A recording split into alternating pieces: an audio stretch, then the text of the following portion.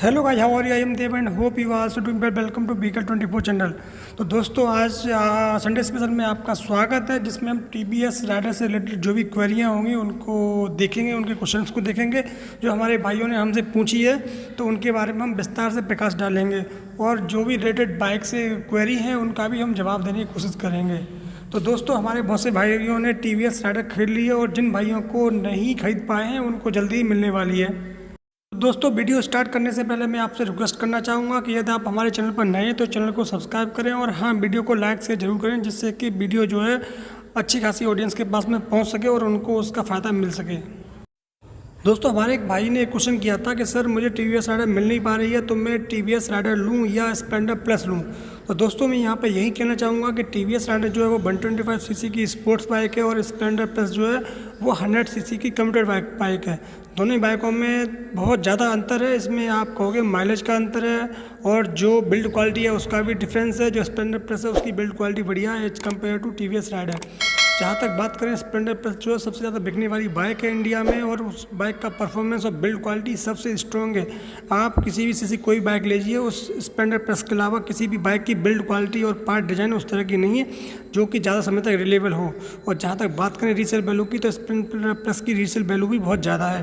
तो दोस्तों, यहाँ पे हम 125 सीसी और 100 सीसी की बाइक में कंपेयर नहीं कर सकते हैं, वो आपको देखना होगा। और जहाँ तक मैं जानता हूँ कि कोई भी जो एग्जिस्टिंग राइडर है वो इस तरह के क्वेश्चन नहीं करेगा। हमारे जो भाई ने क्वेश्चन किया है वो जाहिर सी बात है कि न्यू राइडर होगा, तो उसको दो ऑप्शन दिखाई दिए होंगे कि स्प्लेंडर प्लस का और टीवीएस राइडर का।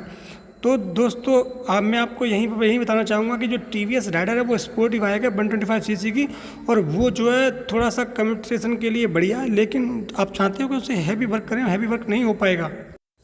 टीवीएस राइडर जो है वो आपका दो बंदों के ट्रैवलिंग के लिए बहुत ही बढ़िया है और डेली अप डाउन करना या ऑफिस गोइंग के लिए बहुत ही बढ़िया बाइक है। जहाँ तक बात करें स्प्लेंडर प्लस, वो एक सॉलिड बाइक है जिसका उपयोग आप किसी भी तरह से कर सकते हो, चाहे घरेलू रोजमर्रा के कार्यों में भी कर सकते हो, जिसकी बिल्ड क्वालिटी बहुत ज़बरदस्त बनाई गई है और जो सबसे ज़्यादा बिकती हुई है। और उसका जो मेंटेनेंस कॉस्ट है, सबसे बड़ी बात मेंटेनेंस कॉस्ट की आती है, तो मेंटेनेंस कॉस्ट उसकी सबसे कम पड़ती है। तो इस तरह से टीवीएस राइडर और स्प्लेंडर प्लस में हम कहीं कंपेयर नहीं कर सकते, लेकिन मोटा मोटा मैंने आपको बता दिया। तो यदि पहली बार ले रहे हो तो आप टीवीएस राइडर की बजाय आप स्प्लेंडर प्लस लेने की कोशिश करें, जिससे कि आप उसका अनुभव ले लें। उसके बाद में आप जब अच्छी तरह से ड्राइविंग करना और गाड़ी के बारे में मेंटेन करना सीख जाओगे, उसके बाद में आप टीवीएस राइडर को मेंटेन कर सकते हो। और यदि हाँ, आपको स्पोर्टी बाइक चाहिए तो आप टीवीएस राइडर पर जाइए। अभी नहीं मिल रही है तो आपको कुछ समय के बाद में मिल जाएगी। दोस्तों, एक चीज़ आई थी कि हमारे भाई ने पूछा था कि हमें टीवीएस राइडर में किक मिलेगा कि नहीं मिलेगा।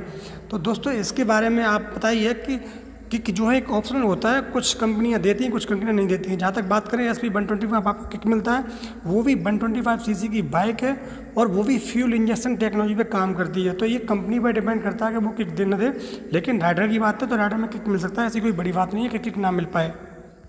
हमारे एक भाई ने क्वेश्चन किया था कि सर जो टीवीएस राइडर है उसकी बिल्ड क्वालिटी कैसी है? तो दोस्तों, मैंने पहले बता दिया था कि जो बिल्ड क्वालिटी है टीवीएस की वो उतनी बढ़िया नहीं है, लेकिन लुक वाइज 125 सीसी की बाइक के अंतर्गत आपको टीवीएस राइडर के मुकाबले कोई भी बाइक देखने को नहीं मिलती है। और जहाँ तक आप एक तरह से कह भी सकते हो कि ये जो मिनी अपाचे भी कह सकते हो इसको, क्योंकि अपाचे आपका 160 सीसी में आती है, तो इसको आप मिनी अपाचे भी कहते हो। 125 सीसी की मिनी अपाचे है और कंपनी ने वो सारी चीज़ें देने की कोशिश की है जो अपाचे में आपको देखने को मिलती है।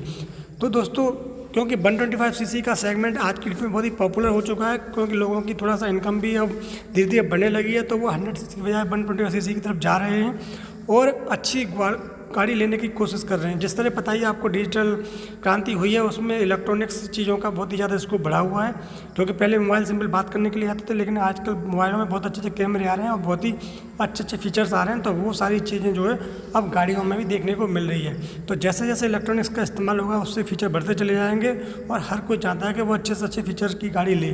तो दोस्तों, इस तरह से आप कह सकते हो कि ये जो टाइम है वो इलेक्ट्रॉनिक्स का टाइम है। तो इलेक्ट्रॉनिक्स जब ऐड होगा किसी भी गाड़ी में तो उसकी कॉस्ट बढ़ जाएगी। दोस्तों, एक भाई ने क्वेश्चन किया था कि सर इसमें इंजन किल स्विच नहीं मिलता।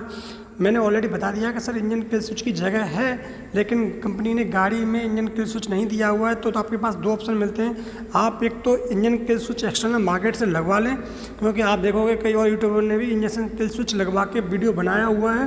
क्योंकि मैं यहाँ पे सजेस्ट नहीं करूँगा, यदि आपकी इच्छा तो आप करवा सकते हो वो चीज़ें, लेकिन मैं कोई भी इलेक्ट्रॉनिक एक्सेसरी अलग से लगवाने की आपको को आपके साथ में नहीं रहूँगा, क्योंकि जो भी आप इलेक्ट्रिक एक्सेसरी अलग से लगवाओगे वो एक बैटरी से एक्स्ट्रा करंट ड्राइव करेगी और एक्स्ट्रा करंट की वजह से और फंक्शन के लिए बैटरी पावर सही से नहीं दे पाएगी, तो हो सकता है कि आपको आगे दिक्कत देखने को मिले। तो मैं सजेशन नहीं करूँगा, लेकिन हाँ आफ्टर मार्केट आप उसमें करवा सकते हो। और हाँ, कंपनी की तरफ से तो कंपनी की तरफ से इंजन को उससे जल्दी देखने को मिलेगा। आप जानते हो जिस तरह से कि आपने देखा होगा कि साइड स्टैंड कट ऑफ जो है वो हीरो की बाइक्स में मिलने लगा है, तो उस तरह से और भी कंपनियां उसको फॉलो करने लगी हैं। तो कुछ सेफ्टी के ऐसे पॉइंट्स हैं जो कि गाड़ी में बहुत ज़रूरी होते हैं, लेकिन कहीं ना कहीं कंपनी जो है वो उस सारे फीचरों को लेके मीटिंग करती है और वो पहले कॉन्सेप्ट डिफाइन करती है कि उस बाइक की जो कीमत है वो एक लेवल से ज़्यादा निकल पाए, क्योंकि उस लेवल की और बाइकें सस्ती मिलेंगी और आपकी बाइक जो है उससे महंगी पड़ जाएगी, तो आपकी बाइक जो है कंपटीशन से निकल जाएगी बाहर, तो मार्केट में उसको उतना रेस्पॉन्स नहीं मिल पाएगा। तो कहीं ना कहीं कंपनी पर दबाव होता है कि वो फीचर भी दें और कॉस्ट को भी वो अपने कंप्लीट सेगमेंट में रखें, क्योंकि आप देखोगे 125 सीसी का जो कंपटीशन है वो 125 सीसी की बाइक से ही होगा। तो एक बाइक आपको 1 लाख की मिल रही है और आप उसका रेट जो है 1,10,000 कर देते हो, तो आपकी बाइक बहुत महंगी हो जाएगी। तो 2-4 हज़ार रुपये का डिफरेंस जो चलता है बियर करता है कस्टमर भी, लेकिन ज़्यादा कर दोगे तो मार्केट में उसको जगह नहीं मिलेगी। इसीलिए आपको सारे फीचर एक साथ बाइक में देखने को नहीं मिलेंगे, लेकिन हाँ कुछ फीचर ऐसे हैं जो आपको देखने को मिल सकते हैं।